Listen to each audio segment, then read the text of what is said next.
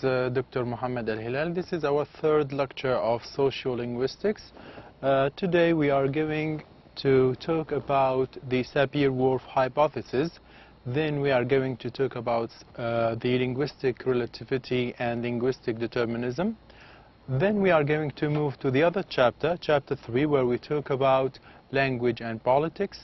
We are going to define the term politics. We talk about ideology and the role of language in establishing ideology. We are going also to consider political discourse. We have 2 points to discuss as well, presupposition and implicature. Then we are going to talk about the persuasive language and the rhetorical devices.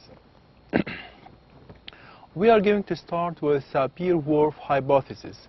This hypothesis says that there is a causative link between culture and language.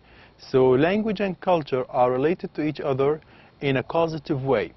According to this theory, a community cultural experience shapes their language.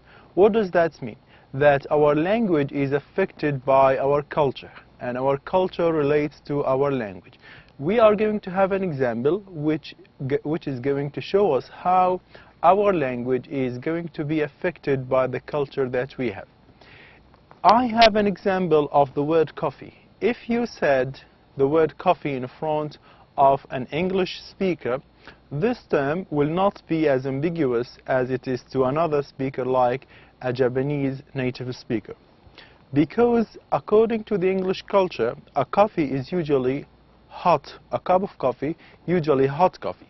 But in Japan, according to their culture, they can drink hot coffee or cold coffee. So if you offer coffee to a Japanese native speaker, he would ask you another question. What type of coffee are you going to offer me? Is it cold? Is it hot? Is it iced? Etc. So the image that you can see here is the first one. When you offer the coffee to an English native speaker, it doesn't make any problem because usually they drink their coffee hot.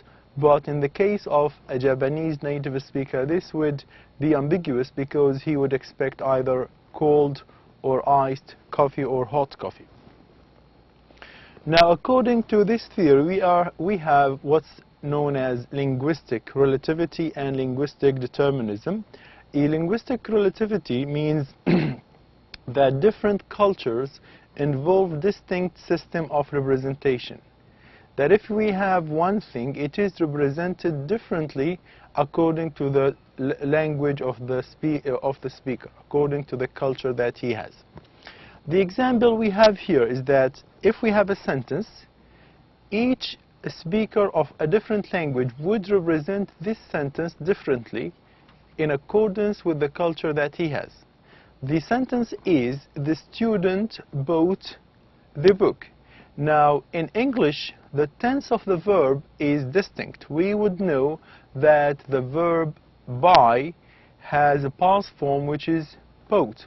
Now, the same sentence in Indonesian language, the distinction of the tense is optional. It is not necessary that you refer to the pastness or the presentness of the tense of the sentence. So there is no obligation on distinguishing the tense of the sentence in Indonesian language.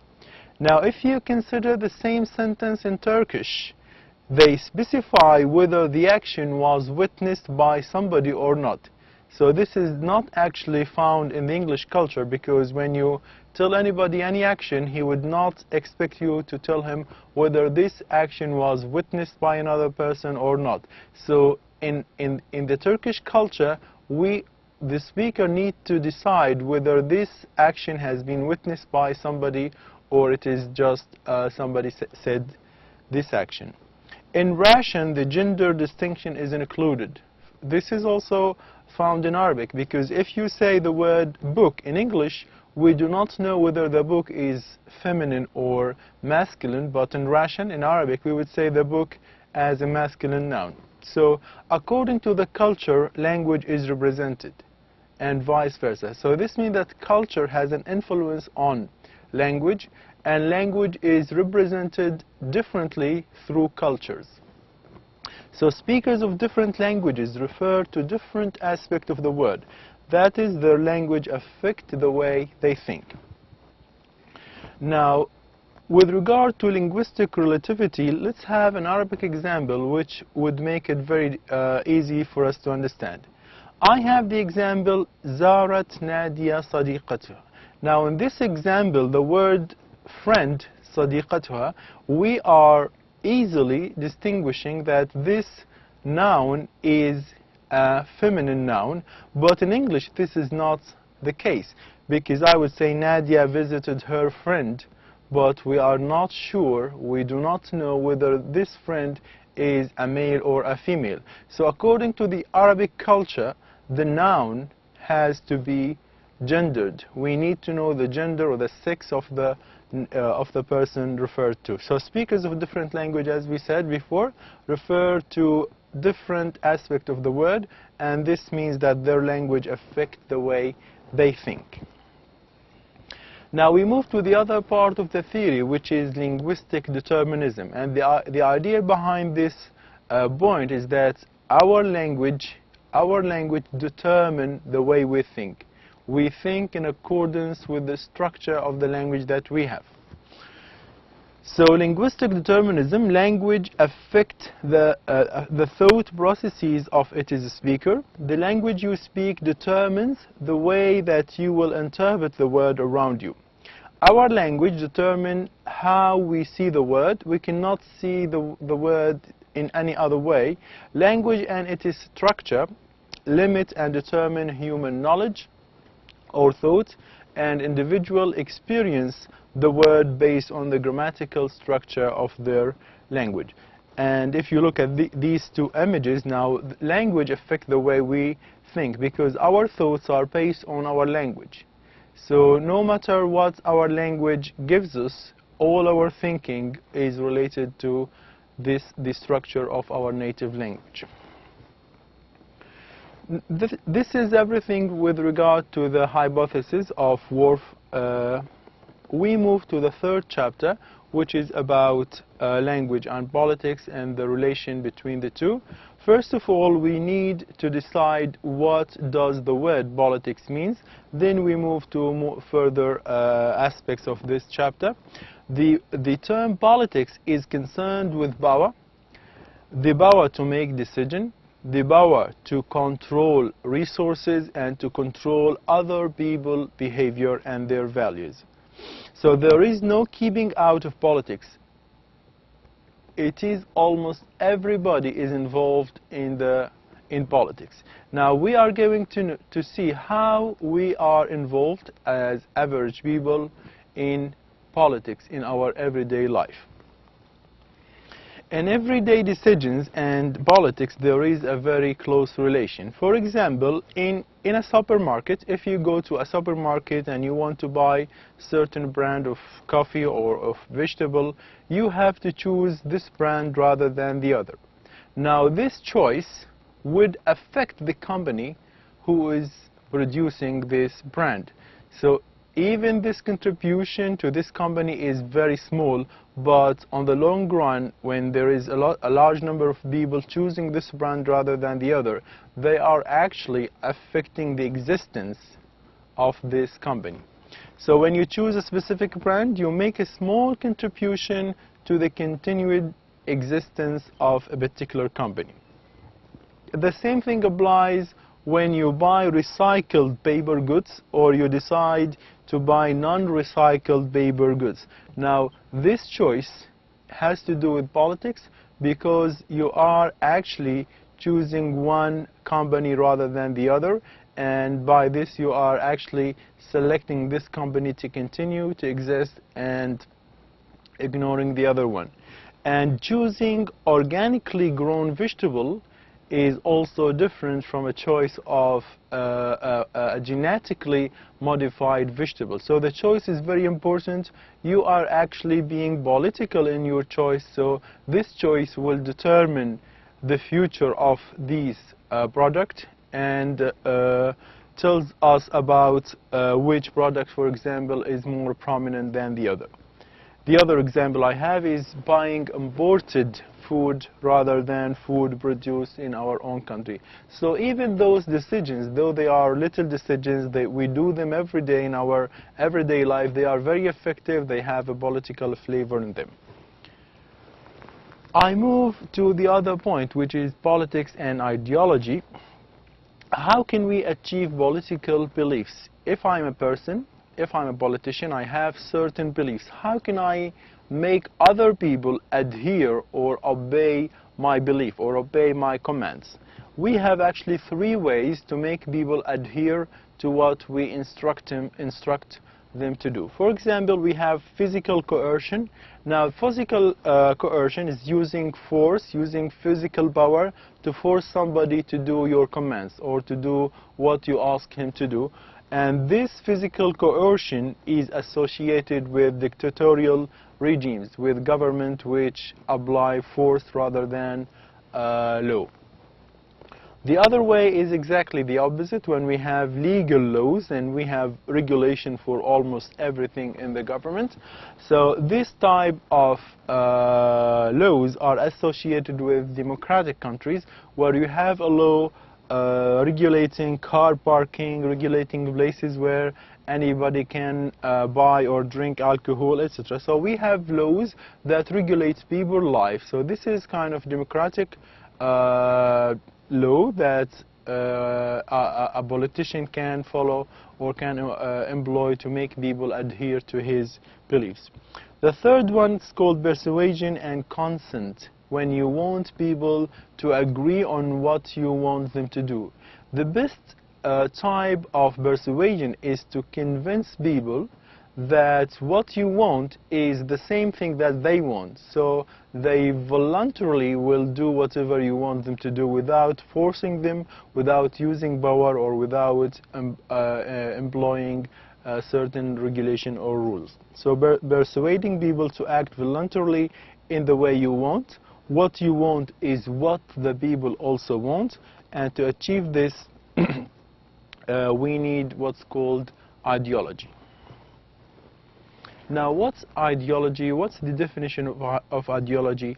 Can we change ideology of a certain community or society? Ideology is a set of beliefs which, according to the people, they believe in those traditions or belief or ideological ideas. These sets of beliefs appear to be logical. They are, according to them, they are logical, they are natural. Now, can we question the ideology of a certain country? Can we change it? Is it possible to ask why this tradition is there? Why should I adhere to this ideology of this society? Now, it is possible to question it, but it is not that easy. It is difficult, it is challenging, and it appears to not to make sense, and there is a price for this to be paid. What does this mean? If a certain community or a certain society has a set number of traditions, and suddenly someone comes and say, okay, I would not accept this, I need to change this, I would not accept that, this is not possible, can we change that, can we change this? This is very difficult because everybody would not agree with this.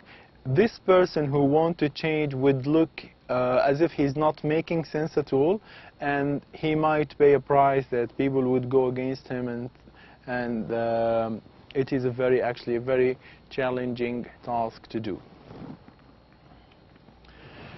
Now we move to the conversation that a politician usually use, or what we call political discourse or political speech. And we are going to consider presupposition and implicature. We are going to define each one and have an example related to each one as well. Starting with a general definition of these 2 terms, presupposition and implicature are tools that can lead the hearer to make assumptions about the existence of information that is not made explicit in what is actually said. So if somebody said something to you, there is a piece of information which is implied. He has not really said it, but the speaker has referred to it indirectly. We will have an example and see what's meant by these two terms. An example is, why did you kill your wife? If somebody asks this question to a person who is guilty of killing his wife, for example, and why did you kill your wife? This sentence presupposes that the listener has really killed his wife, but in fact it is not proven yet that the wife was killed and that this person is the one who has killed the wife. And if you ask this question, you are actually presupposing that this is the one who killed the wife. Now let's move to the definition of presupposition. Presupposition is the background assumption, so you are assuming something embedded. It's not clear, it is implicit, it is not explicit, it is embedded within a sentence or within a phrase. Let us have this example. We want to set people free. Now, if a certain politician says, we want to set people free, now this sentence would presuppose that people are not currently free, which is not always true. So he is trying to advocate certain political message to the people he wants them to support, saying we need or we want to set people free, as if those people are not free now. So this sentence is a type of a presupposition that presupposes that currently people are not free. How to use preposition in a sentence? We have three ways. First one is using adjective, second one using possessive, and third one using question. When I use an adjective to include a presupposition in my sentence, this type of adjective is usually comparative adjective. Now let's take this example. We have two types of comparative adjective, good, better, and fair, fairer. So let's take an example of the first case, good, better. If somebody says, we want or we need a better teacher, we need a better teacher. Now this sentence presupposes that the current teacher is not good enough, or he is not good at all. So saying better teacher, meaning that we already have a teacher, but this teacher is not good. So this sentence presupposes that the current teacher is not really good. Let's take another example of fair and fairer. The government will introduce a fairer funding for schools. Now again, using this adjective, this comparative adjective, would suggest that the speaker presupposes that the current funding that the government produce or the government introduce is not fair enough, is not fair at all. So this is a type of presupposition where the adjective, the comparative adjective used would indicate the presupposition in the sentence. The other type is when we use possessives, and the example we have here, we will not talk about Sally's problem anymore. We will not talk about Sally's problems anymore. Now this sentence presupposes two things. Presupposes that we have already talked about Sally's problem, and it also presupposes that Sally really had problems. So using possessive in this way would also help in forming sentences indicating presuppositions. The other way, when we use questions instead of statements. So instead of saying an affirmative sentence, you would make your sentence as if it were a question. And in this way, you are actually presupposing something that is not really or not explicitly included in your sentence. The example is it not now time to study hard? Now, if you say this sentence to a student, which you know he is not really good enough at studying, and you say, is it not now enough?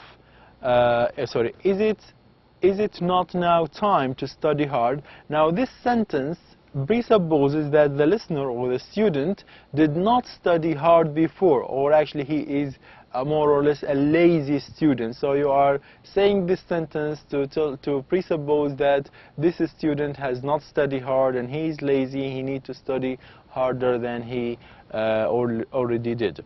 Another example of using questions rather than a statement for presupposition is that do not you think that we should make use of our time? Now, if you are spending some time on something that's a waste of your time, and you would say this sentence in a way of a question, don't you think that we should make use of our time? Now, this sentence in the form of a question rather than a statement would presupposes that we have really wasted our time. We have wasted some time and we need to really make use of our time. Now we move to what we call implicature. An implicature leads the listener, the person who listens to the speaker, to infer, to deduce, to learn something that was not explicitly asserted by the speaker. So we want the person who is listening to us to realize certain information, but this information is not really said. It is embedded in an indirect way. Now, actually, this meaning is more or less similar to the meaning we talked about before, presupposition. But what distinguishes presupposition from implicature? We would know this by studying the characteristics of implicature, which are implicature operates over more than one sentence. So to have a sentence or to have a conversation where there is an example of implicature, you need to know more than one sentence, probably the sentence before or the sentence after, so that you realize the implicature. So implicature operates over more than one sentence, unlike presupposition, in which we have only one sentence and the preposition is clear. And in implicature, we depend on shared knowledge between the speaker and the hearer. So in order for your message to get through, both you and the speaker and the listener should have some certain knowledge that they share. They need something shared, common background that they both know, common area, common, let's say, shared knowledge, shared place of study, etc., that they know, that both of them know, so that the implicature becomes clear.